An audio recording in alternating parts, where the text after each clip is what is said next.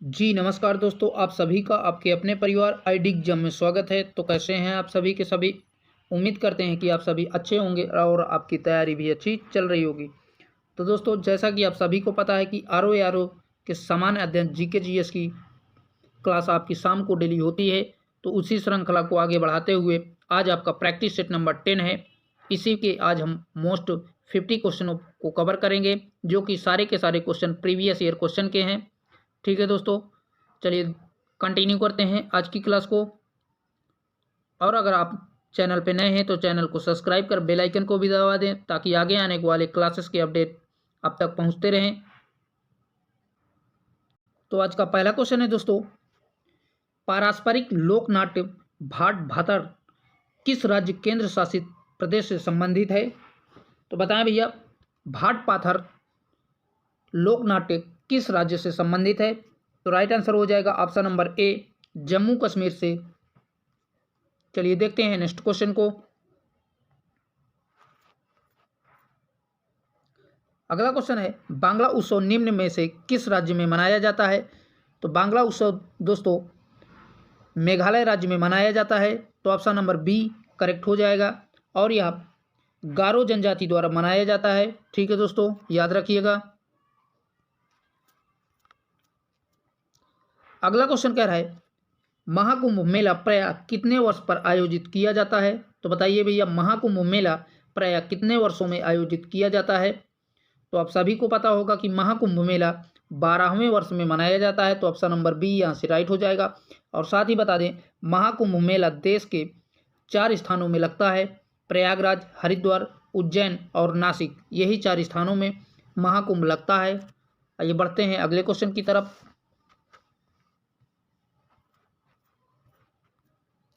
अगला क्वेश्चन कह रहा है, भारतीय राष्ट्रीय कैलेंडर का प्रथम महीना कौन सा है। तो बताएं भैया, भारतीय कैलेंडर का प्रथम महीना कौन सा है। तो राइट आंसर बनेगा ऑप्शन नंबर डी, चैत्र महीना भारतीय कैलेंडर का प्रथम महीना माना जाता है। और साथ ही बता दें, इसका अंतिम महीना फागुन माना जाता है। ठीक है दोस्तों, याद रखिएगा। नेक्स्ट क्वेश्चन कह रहा है, नवरात्रि को सरस्वती पूजा के रूप में निम्न राज्य में मनाया जाता है। तो बताएं भैया, नवरात्रि को जो है सरस्वती पूजा के रूप में किस राज्य में मनाया जाता है। तो राइट आंसर बनेगा ऑप्शन नंबर सी, तमिलनाडु में मनाया जाता है। ठीक है दोस्तों। क्वेश्चन कह रहा है, निम्नलिखित में से कौन सा सांस्कृतिक विलंबना का कारक नहीं है। तो बताएं भैया, सांस्कृतिक विलंबना का कारक नहीं है। तो राइट आंसर हो जाएगा ऑप्शन नंबर बी, राजनीतिक, यही जो है सांस्कृतिक विलंबना का कारण नहीं है। आइए देखते हैं अगले क्वेश्चन को। अगला क्वेश्चन कह रहा है, किसने कहा था संविधान सभा कांग्रेस की थी और कांग्रेस भारत का था। तो यह कथन आइंस्टीन के द्वारा कहे गए थे। तो ऑप्शन नंबर ए यहां से राइट हो जाएगा। ठीक है दोस्तों।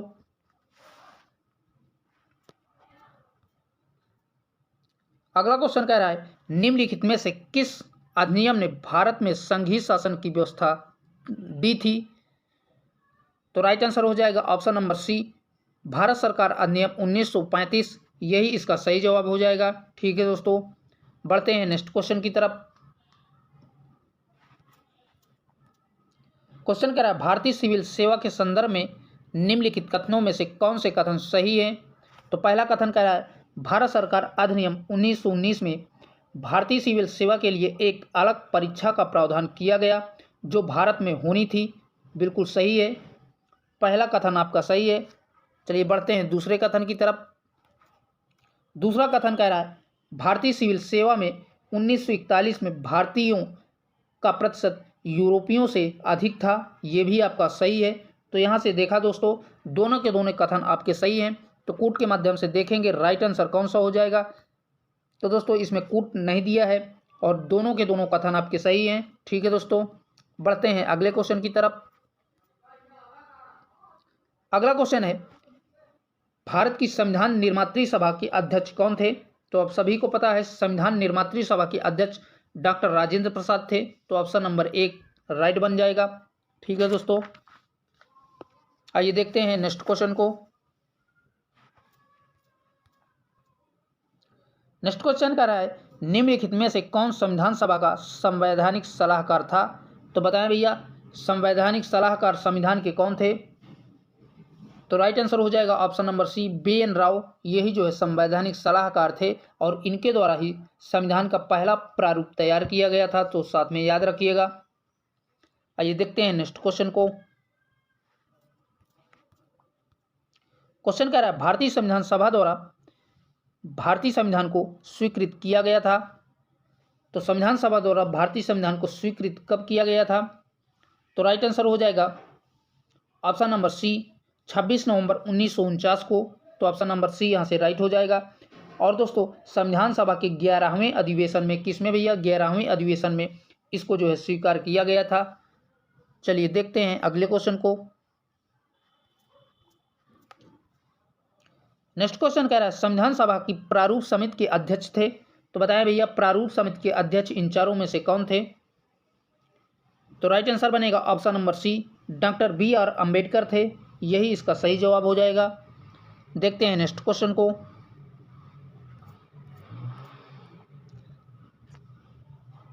अगला क्वेश्चन कह रहा है भारतीय संविधान में मौलिक कर्तव्यों का विचार लिया गया है। तो बताएं भैया, भारतीय संविधान में मौलिक कर्तव्यों का विचार कहां से लिया गया है? तो राइट आंसर हो जाएगा ऑप्शन नंबर सी, रूस के संविधान से लिया गया है, अर्थात पूर्व सोवियत संघ के संविधान से मौलिक कर्तव्यों को लिया गया है। ठीक है दोस्तों, और याद रखिएगा मूल कर्तव्य संविधान के भाग नहीं थे, इन्हें 42वें संविधान संशोधन 1976 में जो है स्वीकृत दी गई थी। ठीक है दोस्तों, याद रखिएगा कब भैया? 42वें संविधान संशोधन में 1976 में इनको जो है स्वीकृत दी गई थी। तो याद रखिएगा, कभी कभी पूछ लेता है। आइए देखते हैं अगले क्वेश्चन को। नेक्स्ट क्वेश्चन कह रहा है भारतीय संविधान में सन्निहित मूल अधिकारों की अवधारणा किस देश के संविधान से ग्रहण की गई है? तो बताएं भैया, राइट आंसर कौन सा बनेगा? तो राइट आंसर हो जाएगा ऑप्शन नंबर सी, संयुक्त राज्य अमेरिका। यही इसका सही जवाब हो जाएगा। आइए देखते हैं अगले क्वेश्चन को।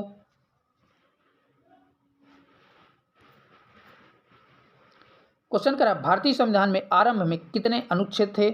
मोस्ट इंपॉर्टेंट क्वेश्चन है दोस्तों। तो बताएं भैया, भारतीय संविधान में शुरुआती में अनुच्छेद कितने थे? तो राइट आंसर हो जाएगा ऑप्शन नंबर सी, 395।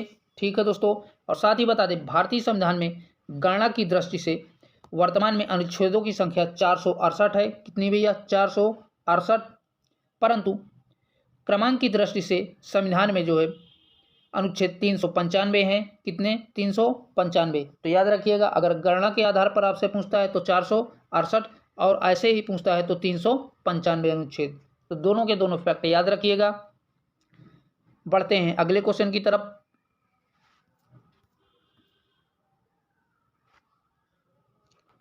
क्वेश्चन कह रहा है भारत के संविधान के अनुच्छेद 300 के अनुसार भारत की सरकार का कानूनी नाम है। तो बताएं भैया, इन चारों में से राइट आंसर कौन सा बनेगा? तो यहां से राइट आंसर हो जाएगा ऑप्शन नंबर बी, करेक्ट हो जाएगा, द यूनियन ऑफ इंडिया। यही जो है अनुच्छेद 300 के अनुसार भारत के जो है सरकार का कानूनी नाम है। ठीक है दोस्तों, इसी में बताया गया है भारत संघ का देश है। आइए देख लेते हैं अगले क्वेश्चन को।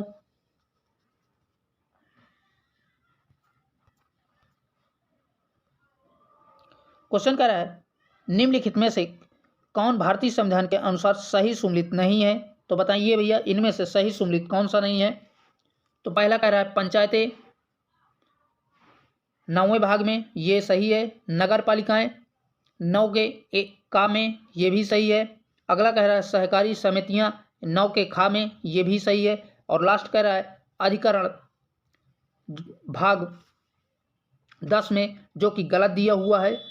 ये जो है भाग 14 के अधिकरण जो है भाग 14 के का में दिया गया है। ठीक है दोस्तों, तो यही गलत दिया है और इस प्रश्न का आंसर भी ऑप्शन नंबर डी करेक्ट हो जाएगा। यही आपका सही नहीं दिया है। आइए बढ़ते हैं अगले क्वेश्चन की तरफ। अगला क्वेश्चन कह रहा है निम्न में से कौन एक सही सुमेलित नहीं है? तो बताइए भैया, इनमें से सही सुमेलित कौन सा नहीं है? तो ऑप्शन नंबर बी करेक्ट हो जाएगा। यही जो है संघ राज्य क्षेत्र, यही सही सुमेलित नहीं है, जबकि संघ राज्य क्षेत्र संविधान के 8वें भाग में दिया है। ठीक है दोस्तों, तो यही गलत दिया हुआ था। चलिए बढ़ते हैं अगले क्वेश्चन की तरफ।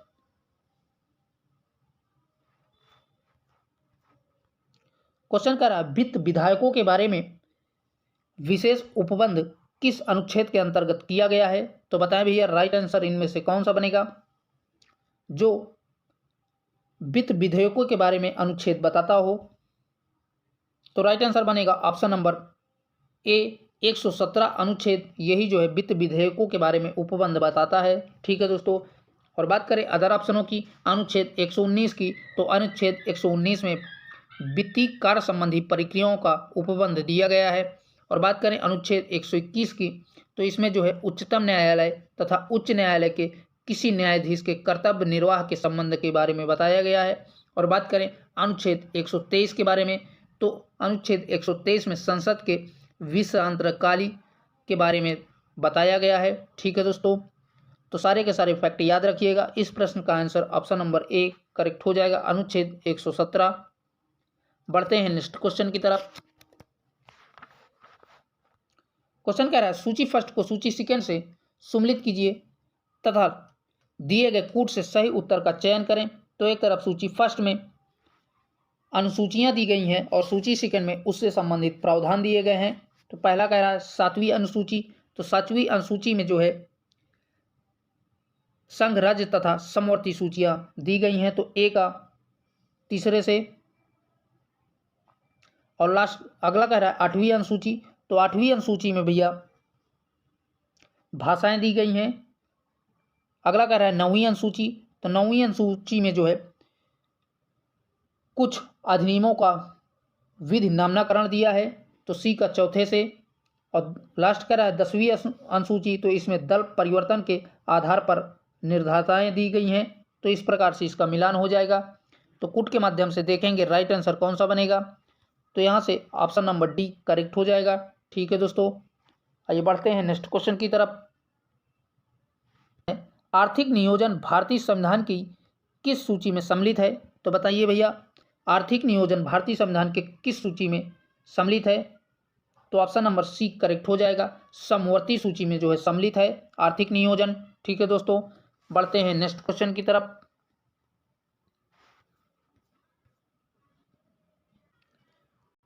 क्वेश्चन कह रहा है भारतीय संविधान की उद्देशिका में संशोधन किया गया था। तो बताइए भैया भारतीय संविधान की उद्देशिका में संशोधन कब किया गया था? तो राइट आंसर हो जाएगा ऑप्शन नंबर सी 42वें संविधान संशोधन में उद्देशिका में संशोधन किया गया था। अगला कह रहा है समाजवादी शब्द उद्देशिका में जोड़ा गया था। तो बताएं भैया समाजवादी शब्द उद्देशिका में कब जोड़ा गया था? तो राइट आंसर हो जाएगा ऑप्शन नंबर ए 42वें संविधान संशोधन में समाजवादी शब्द उद्देशिका में जोड़ा गया था। याद रखिएगा, मोस्ट इंपॉर्टेंट क्वेश्चन है दोस्तों। अगला कह रहा है भारतीय संविधान का कौन सा भाग संविधान की आत्मा कहलाता है? तो बताएं भैया, तो राइट आंसर हो जाएगा ऑप्शन नंबर सी उद्देशिका जो है भारतीय संविधान की आत्मा कहलाता है। ठीक है दोस्तों, जो कि पंडित नेहरू द्वारा उद्देशिका को संविधान की आत्मा कहा गया है। और साथ ही बता दें डॉक्टर भीमराव अंबेडकर के द्वारा संवैधानिक उपचारों के अधिकार अर्थात अनुच्छेद 32 को संविधान की आत्मा कहा गया है। तो दोनों के दोनों फैक्ट याद रखिएगा। अगर आपसे नाम लेकर के पूछता है कि पंडित नेहरू द्वारा संविधान की आत्मा किसे कहा गया है, तो उद्देशिका को। अगर आपसे भीमराव अंबेडकर के बारे में पूछता है कि भीमराव अंबेडकर ने किसे जो है संविधान की आत्मा कहा है, तो अनुच्छेद 32 को अर्थात संवैधानिक उपचारों के अधिकार को संविधान की आत्मा भीमराव अंबेडकर द्वारा कहा गया है। तो दोनों के दोनों फैक्ट याद रखिएगा। आइए देख लेते हैं अगले क्वेश्चन को। क्वेश्चन कह रहा है भारतीय संविधान की प्रस्तावना में जिन आदर्श एवं उद्देश्यों की रूपरेखा दी गई है उनकी व्याख्या की गई है। तो इसके ऑप्शंस इस प्रकार हैं। तो बताइए भैया राइट आंसर कौन सा बनेगा? तो यहाँ से राइट आंसर बनेगा ऑप्शन नंबर सी मूल अधिकारों, राज्य के नीति निर्देशक सिद्धांतों एवं मौलिक कर्तव्यों के अध्ययन, यही जो है इसका सही जवाब हो जाएगा। ठीक है दोस्तों, बढ़ते हैं अगले क्वेश्चन की तरफ।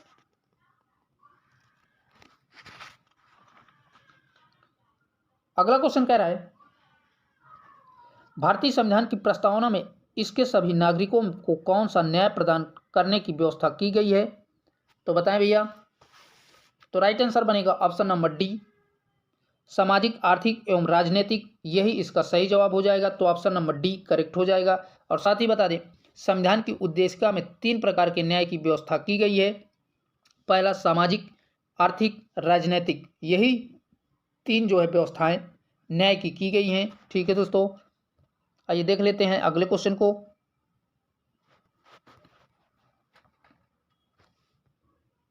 अगला क्वेश्चन कह रहा है भारत में राजनीतिक सत्ता का प्रमुख स्रोत कौन है?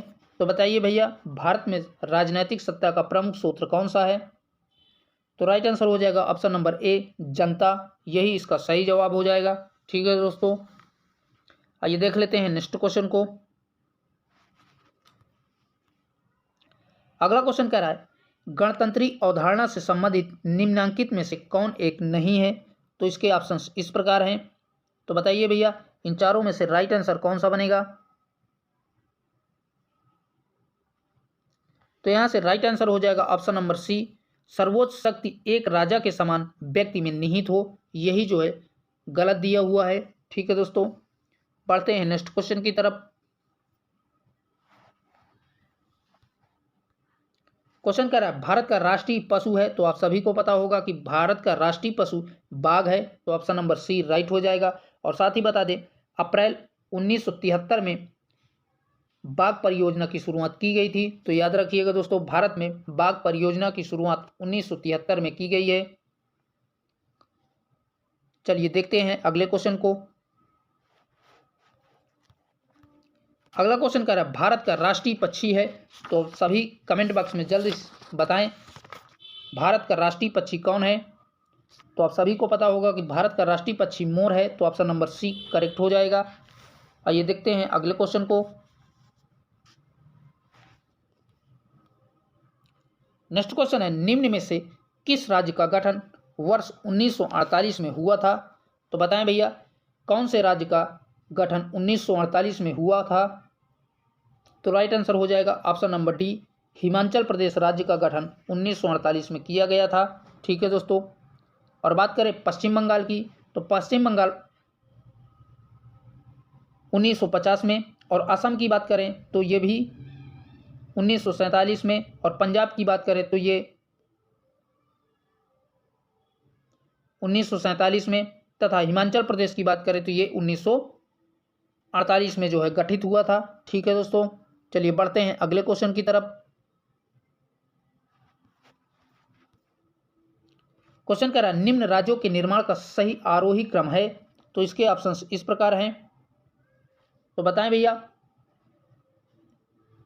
राज्यों का आरोही क्रम कौन सा सही है? तो ऑप्शन नंबर ए करेक्ट हो जाएगा, नागालैंड, मेघालय, सिक्किम, अरुणाचल प्रदेश, यही इसका सही रूप है।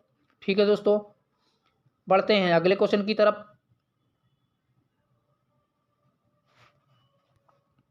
क्वेश्चन कह रहा है सूची फर्स्ट को सूची सेकंड से सम्मिलित कीजिए और सूचियों के नीचे दिए गए कूट से सही उत्तर चुनिए। तो पहला कह रहा है सूची फर्स्ट और दूसरी तरफ है सूची सेकंड। तो नागालैंड, तो नागालैंड जो है 1962 में बना है। अगला कह रहा है झारखंड, तो झारखंड जो है 2000 में बना है। अगला कह रहा है तेलंगाना, तो तेलंगाना भैया 2014 में बना है। और सिक्किम की बात करें तो ये 1975 में बना है। तो इस प्रकार से इसका मिलान हो जाएगा। तो कूट के माध्यम से देखेंगे राइट आंसर कौन सा बनेगा। तो यहाँ से राइट आंसर हो जाएगा ऑप्शन नंबर बी करेक्ट हो जाएगा, जिसमें ए को दूसरे से, बी को पहले से, सी को चौथे से और डी को तीसरे से मिलान कराया था। ठीक है दोस्तों, देखते हैं नेक्स्ट क्वेश्चन को। क्वेश्चन कह रहा भाषाई आधार पर राज्यों का पुनर्गठन किस वर्ष में किया गया था? तो बताएं भैया, भाषा के आधार पर राज्यों का पुनर्गठन किस वर्ष किया गया था? तो राइट आंसर बनेगा 1956 में भाषा के आधार पर राज्यों का पुनर्गठन किया गया था। तो याद रखिएगा। आइए देखते हैं अगले क्वेश्चन को।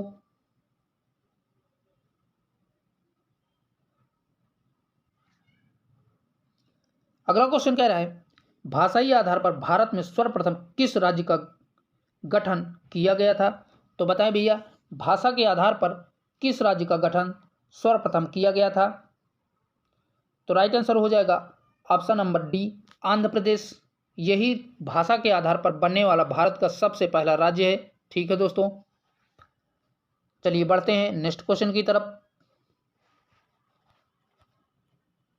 अगला क्वेश्चन है, लोकसभा में केंद्र शासित प्रदेशों के लिए कितनी सीटें आरक्षित हैं? तो बताइए भैया, लोकसभा में केंद्र शासित प्रदेशों के लिए कितनी सीटें आवंटित की गई हैं या संरक्षित हैं? तो राइट आंसर बनेगा ऑप्शन नंबर ए, 20 सीटें जो है लोकसभा के लिए केंद्र शासित प्रदेशों के लिए आरक्षित हैं। यही इसका सही जवाब हो जाएगा। आइए देखते हैं नेक्स्ट क्वेश्चन की तरफ। क्वेश्चन कह रहा है, भारत में कितने राज्य हैं? तो आप सभी को पता होगा कि वर्तमान में भारत में 28 राज्य हैं। तो ऑप्शन नंबर सी राइट बनेगा।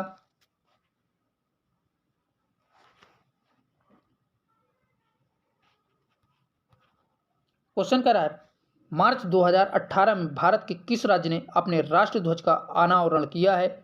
तो बताइए भैया, वर्ष 18 में भारत के किस राज्य ने अपने राज्य ध्वज का अनावरण किया है? तो राइट आंसर हो जाएगा ऑप्शन नंबर डी, कर्नाटक राज्य ने। 8 मार्च 2018 को कर्नाटक ने अपने राष्ट्र ध्वज का अनावरण किया था। यह राज्य पीले, सफेद तथा लाल रंग की 3 धारियों में विभाजित है। ठीक है दोस्तों, याद रखिएगा। चलिए बढ़ते हैं अगले क्वेश्चन की तरफ। क्वेश्चन है, कावेरी जल विवाद के अंतर्गत राज्य हैं। मोस्ट इंपॉर्टेंट क्वेश्चन है। बताइए भैया, कावेरी जल विवाद के अंतर्गत कौन से राज्य हैं? तो राइट आंसर बनेगा option number D, Karnataka, Tamil Nadu, Pondicherry और केरल। यही राज्य जो है कावेरी जल विवाद के अंतर्गत आते हैं। ठीक है दोस्तों, आइए देखते हैं अगले क्वेश्चन को। अगला क्वेश्चन कह रहा है, एक राज्य को संघ में सम्मिलित करने अथवा नए राज्यों की स्थापना करने की कार्यपालिका शक्ति निम्नलिखित में से किसे प्राप्त है? तो बताइए भैया। तो राइट आंसर हो जाएगा ऑप्शन नंबर ए, संसद को ये सारी शक्तियां प्राप्त हैं। और साथ ही बता दें, संविधान के अनुच्छेद 2 के तहत भारत संघ में नए राज्यों की स्थापना तथा अनुच्छेद 3 के तहत नए राज्यों के निर्माण और वर्तमान राज्यों के क्षेत्र सीमाओं, उनके नामों आदि में परिवर्तन करने की शक्ति जो है संसद को प्राप्त है। ठीक है दोस्तों, याद रखिएगा।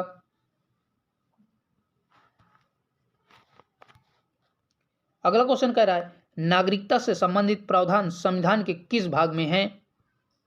तो आप सभी को पता होगा कि नागरिकता से संबंधित प्रावधान संविधान के भाग 2 में दिए गए हैं। तो ऑप्शन नंबर सी करेक्ट बनेगा।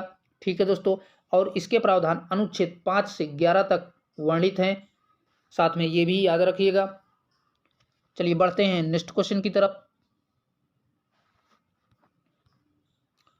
अगला क्वेश्चन कह रहा है, नागरिकता विधेयक 2019 संसद से कब पारित किया गया? तो यह जो है दोस्तों 11 दिसंबर 2019 को जो है पारित किया गया था। तो ऑप्शन नंबर बी यहां से राइट हो जाएगा। आइए बढ़ते हैं अगले क्वेश्चन की तरफ।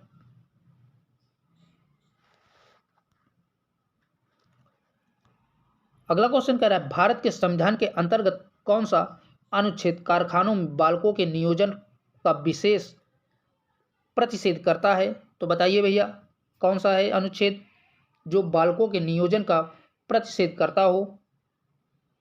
तो राइट आंसर बनेगा ऑप्शन नंबर डी, अनुच्छेद 24। ठीक है दोस्तों, याद रखिएगा। और बात करें अदर ऑप्शनों की, अनुच्छेद 19 की, तो इसमें जो है वाक की स्वतंत्रता आदि के बारे में बताया गया है। और बात करें अनुच्छेद 17 की, तो इसमें जो है अस्पर्धा का अंत दिया गया है। ठीक है दोस्तों, और बात करें अनुच्छेद 23 की, तो इसमें जो है मानव के दुर्व्यवहार और बालक श्रम के प्रतिषेध के बारे में दिया गया है। तो सारे के सारे फैक्ट याद रखिएगा। इस प्रश्न का answer option number D correct हो जाएगा, अनुच्छेद 24। आइए देखते हैं नेक्स्ट क्वेश्चन को।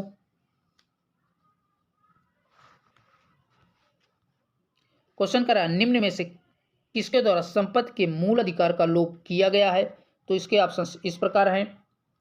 तो बताइए भैया, संपत्ति के अधिकार का लोप कैसे हुआ है? तो राइट आंसर बनेगा ऑप्शन नंबर सी करेक्ट हो जाएगा। संविधान के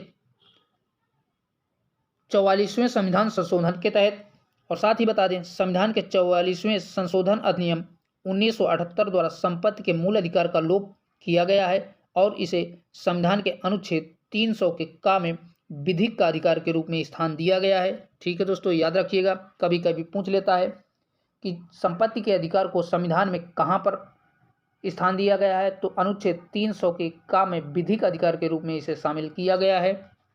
चलिए देखते हैं अगले क्वेश्चन को।